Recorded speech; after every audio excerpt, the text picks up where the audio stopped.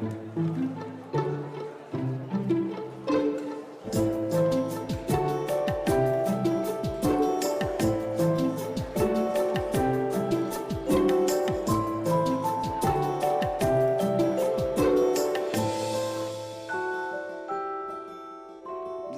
merci d'être à nouveau là. Nous poursuivons cette journée consacrée à Nuremberg et son héritage avec une table ronde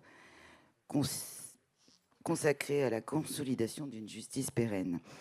Alors, merci Emanuela Fronza de faire la présidence de cette table ronde. Nous accueillons donc Madame Sharon Weil, Monsieur Jean-Louis Itten et Joël Ubrecht.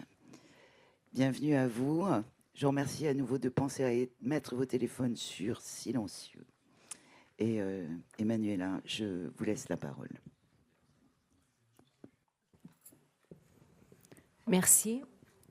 Bon après-midi à toutes et à tous. Donc, on va ouvrir notre après-midi de travail avec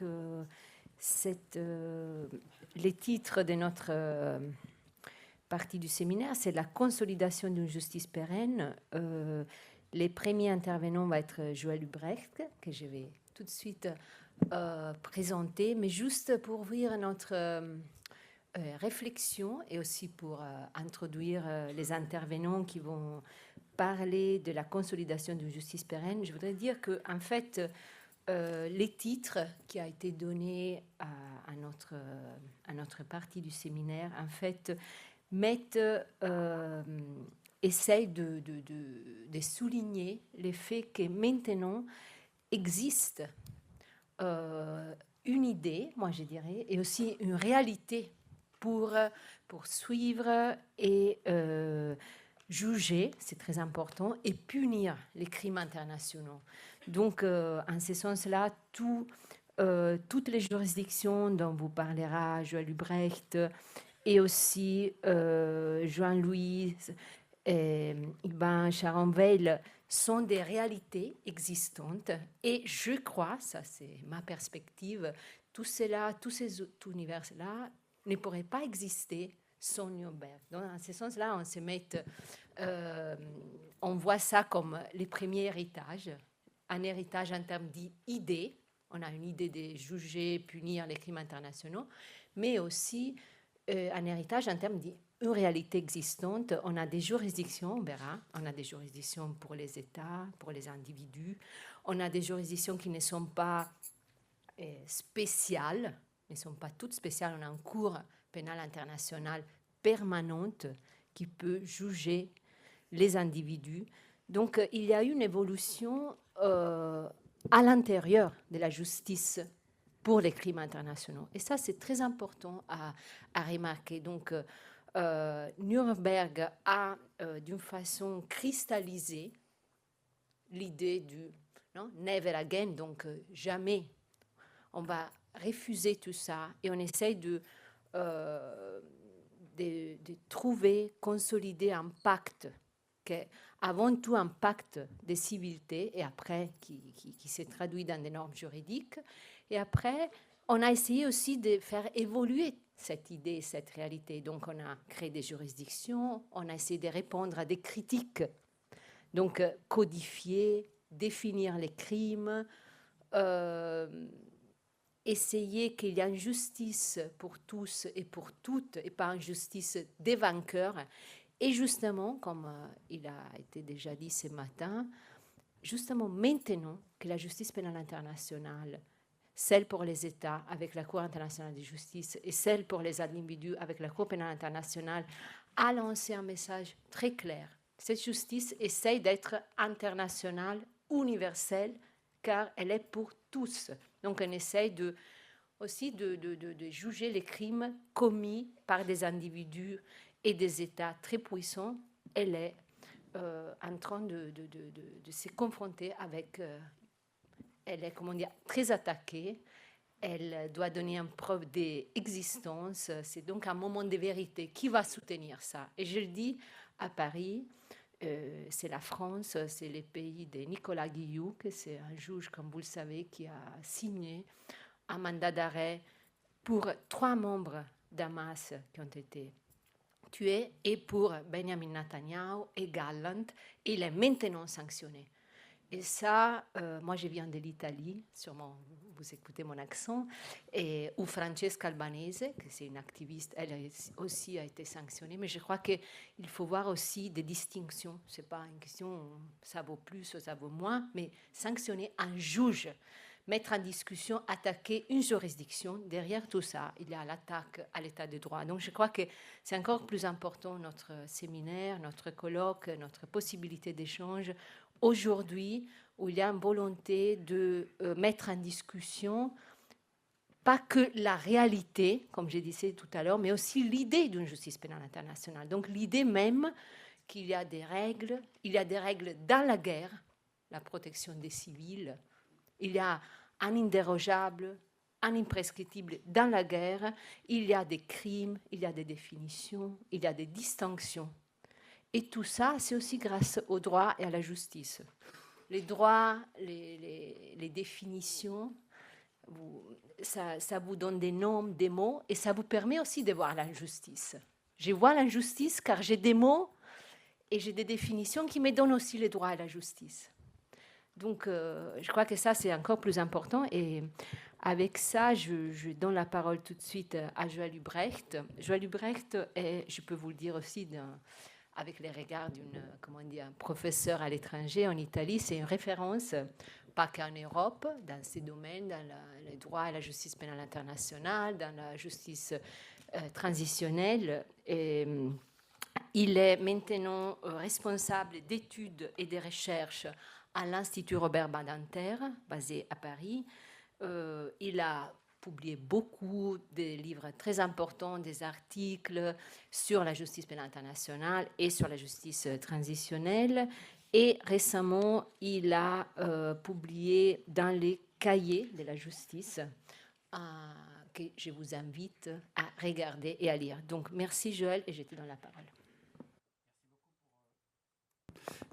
Merci beaucoup pour cette présentation, pour cette invitation. Alors, on a entendu ce matin Ninon Maillard vous présenter les travaux du tribunal pour l'ex-Yougoslavie. Et effectivement, comme il a été dit en introduction, la filiation avec le tribunal de Nuremberg était présente. Elle a été dès la création de ce tribunal par le Conseil de sécurité en mai 1993. Puisque en fait, le tribunal marquait une renaissance de la justice pénale internationale après près d'un demi-siècle, et puis aussi à propos d'une guerre européenne. De mon côté, je voudrais vous parler, entre autres, d'un autre tribunal, le tribunal pénal international pour le Rwanda, qui a été créé dans le sillage de celui pour l'ex-Yougoslavie, également par le Conseil de sécurité, en novembre 1994. Et un peu comme d'ailleurs il y a un décalage entre le tribunal pour Tokyo et le tribunal pour Nuremberg, il y a entre ces deux tribunaux ad hoc aussi une forme de déséquilibre. On connaît, déjà à l'époque, lorsqu'ils étaient en activité, on s'intéressait davantage au TPY, on garde davantage en mémoire les procès du TPY que ceux du TPIR, bien que même, comme il a été dit, les procès du TPY restent largement et beaucoup trop ignorés. Et il n'y a pas de commune mesure entre le nombre de publications, de documentaires, de livres qui sont consacrés à Nuremberg et ceux qui sont consacrés au tribunal pour l'ex-Yougoslavie ou au tribunal pour le Rwanda. Il y a eu un colloque en France sur les 30 ans du génocide à Srebrenica. Et souvent, les deux tribunaux ad hoc, créés par le Conseil de sécurité, sont vus comme une étape, comme un moment vers la mise en place de la Cour pénale internationale.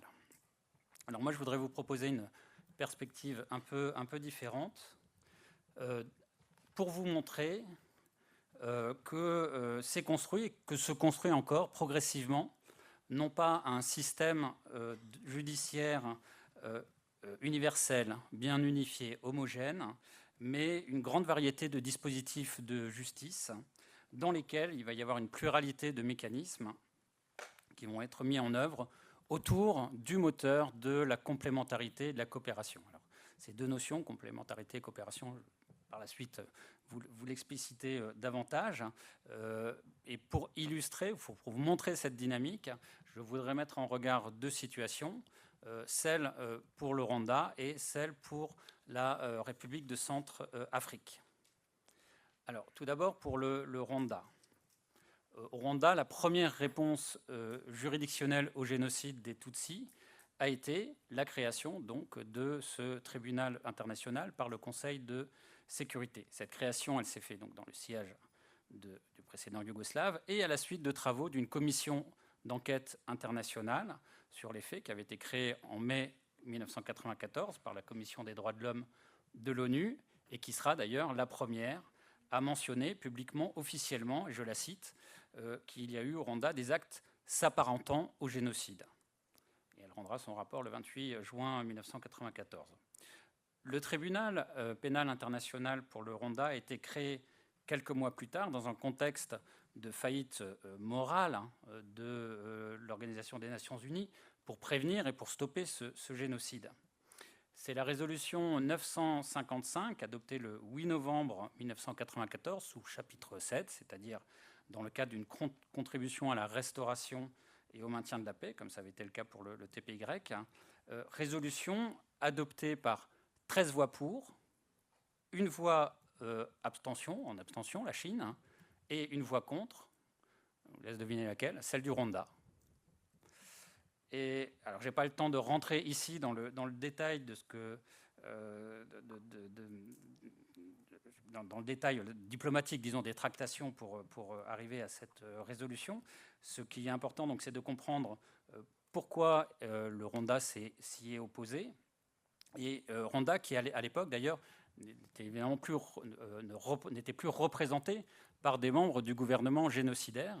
Elle l'était par les nouvelles autorités mises en place après la victoire de Paul Kagame, chef du Front patriotique rwandais, FPR, qui a vaincu l'armée nationale rwandaise génocidaire.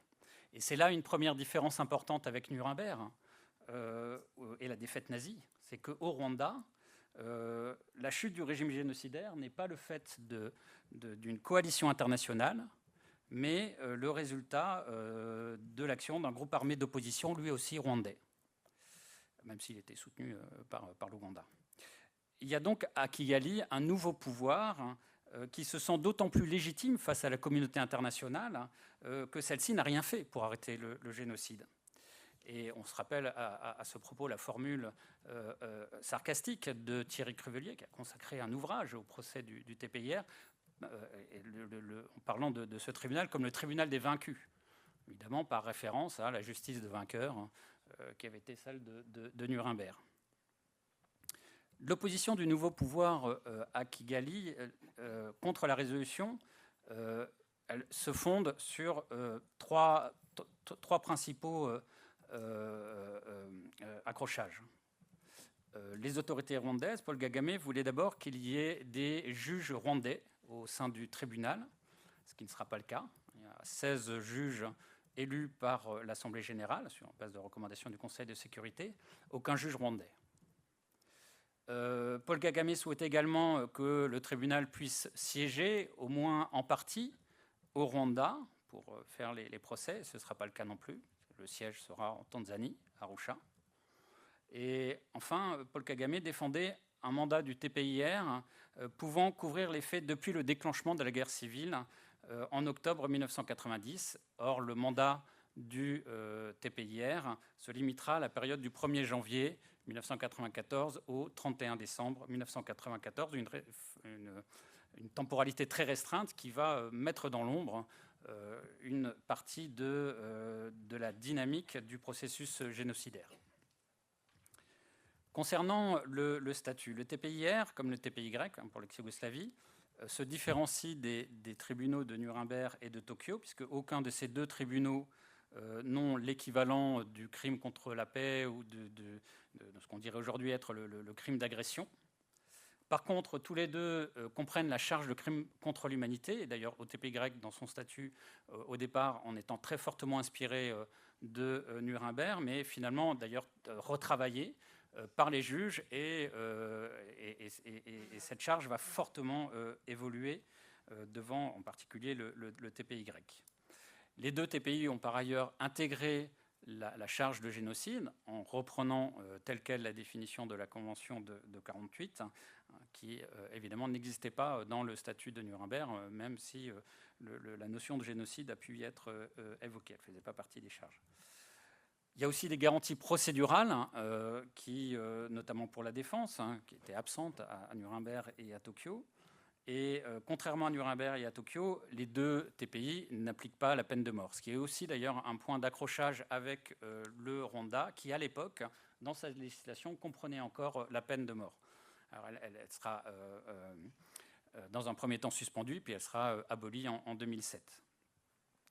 Comme à Nuremberg et à Tokyo, les victimes ne sont pas représentées en tant que parties au procès, mais en tant que témoins, un rôle primordial, d'ailleurs, dans ces procès, où il y a très peu, pour le TPIR, très peu d'images, très peu même d'archives. Donc, beaucoup d'éléments de la preuve reposent sur les témoignages. Et ce sera d'ailleurs un élément important dans la rivalité entre Kigali et le tribunal, puisque le tribunal sera même paralysé pendant de longs mois, au tournant des années 2000, du fait de l'organisation d'un boycott par les associations de victimes qui refuseront de se déplacer et d'aller témoigner à Arusha. Le TPIR, en condamnant pour la première fois un responsable rwandais pour génocide, a contribué à la reconnaissance internationale du génocide, même si ça vient donc plus de 4 ans après les faits, même si avant on pouvait aussi parler de génocide, mais bon, évidemment cette décision judiciaire devant ce tribunal-là a apporté une reconnaissance internationale tout à fait fondamentale. C'était le 2 septembre 1998 contre Jean-Paul Akayesu, un ancien bourgmestre de Taba. La jurisprudence sur les génocides de ce tribunal a également été importante, en intégrant par exemple le viol comme acte constitutif du génocide ou en travaillant l'incitation à commettre le génocide. Finalement, le TPIR a pu condamner un nombre significatif de hauts responsables militaires et politiques, 62 au 31 décembre 2015, avec... Là aussi, on peut voir une différence avec le Nuremberg et avec Tokyo, c'est qu'à Nuremberg et à Tokyo, les Alliés contrôlaient le terrain, pouvaient avoir accès facilement à la documentation et aux accusés, ce qui n'était pas le cas au Rwanda, d'autant moins que la collaboration avec Kigali était compliquée. Et donc, le tribunal va mettre beaucoup plus de temps que Nuremberg à rendre justice. Le TMI, donc, les 9 mois du procès, mais disons, on va dire 2 ans d'activité, bon, pour schématiser, 2 ans d'activité, alors que pour le TPIR, 20 ans. Donc 10 fois plus. Alors ça dit, le TPIR a aussi plus d'accusés que Nuremberg, parce qu'il y a 93 accusés, il y en avait 24 pour Nuremberg. Les tensions entre Kigali, donc les autorités rwandaises, et le TPIR, loin de s'atténuer dans le temps, vont au contraire s'exacerber à partir du moment où la procureure Carla Del Ponte, le procureur d'ailleurs conjointe dans un premier temps de son mandat avec le tribunal pour l'ex-Yougoslavie, s'était mis en tête d'ouvrir des enquêtes contre les crimes commis par le FPR. Et donc, finalement, d'ailleurs, cette démarche n'aboutira pas. Mais on voit qu'on a 2 régimes de justice qui se sont installés, l'un international à Arusha et l'autre national à Kigali, qui sont restés distincts l'un de l'autre et qui ont créé d'ailleurs une fracture dans la mémoire et dans le traitement juridictionnel du génocide. Au niveau national, c'est la loi organique de 1996 sur le génocide qui a créé au sein du système judiciaire rwandais des chambres spécialisées qui étaient rattachées à 12 tribunaux de première instance, et à des juridictions militaires d'ailleurs, et qui avaient, alors c'est 60 à 95% des dossiers traités à cette époque-là concernaient le génocide. Il y avait 120 000 détenus dans les prisons centrales et 10 fois plus de suspects. Mais Kigali considérait que, contrairement par exemple à l'Afrique du Sud, à cette époque-là, le modèle de la Commission Vérité d'Afrique du Sud était évidemment à son summum, à son pic, Kigali considérait qu'elle n'avait pas de négociation à faire avec une partie adverse, puisque le régime génocidaire était tombé, et voulait les traduire tous en justice, d'une certaine manière, là, dans le sillage de l'héritage de Nuremberg, c'est-à-dire en effectivement renvoyant tous les criminels à leur responsabilité pénale individuelle. Simplement, c'était impossible, hein, parce qu'il y avait trop de dossiers à traiter, et un système judiciaire rwandais qui avait été mis à terre aussi, qui devait être reconstruit. Et donc, 5 ans après, finalement,